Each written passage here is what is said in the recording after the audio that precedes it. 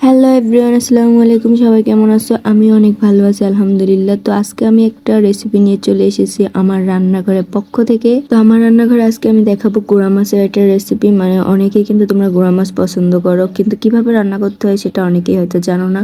তো কথা পরে বলবো, আগে রেসিপিটা বলে দিই আমি কি কি মশলা অ্যাড করতেছি। তো এখন আমি পেঁয়াজ দিয়ে দিছি আর কিছু কাঁচামরিচ দিয়ে দিছি।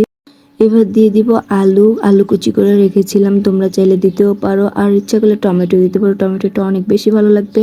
টমেটোটা দেওয়ার পরে কালারটা অনেক সুন্দর আসে। তো আজকে আমি জলপাই দিয়ে রান্না করবো, এই জন্য টমেটো অ্যাড করি না, কারণ গুঁড়া মাছটা একটু টক টক হলেই কিন্তু খেতে অনেকটা টেস্ট লাগে। তো এবারে কিন্তু আমি হলুদের গুঁড়া, মরিচের গুঁড়া, লবণ, আদা রসুন বাটা সব কিছু দিয়ে দিব। মানে তোমরা দেখতে থাকো সম্পূর্ণ রেসিপিটা, তাহলে অনেক ভালো লাগবে।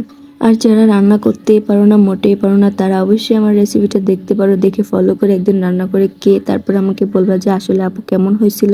আমার তো এই ধরনের ছোট মাছগুলো অনেক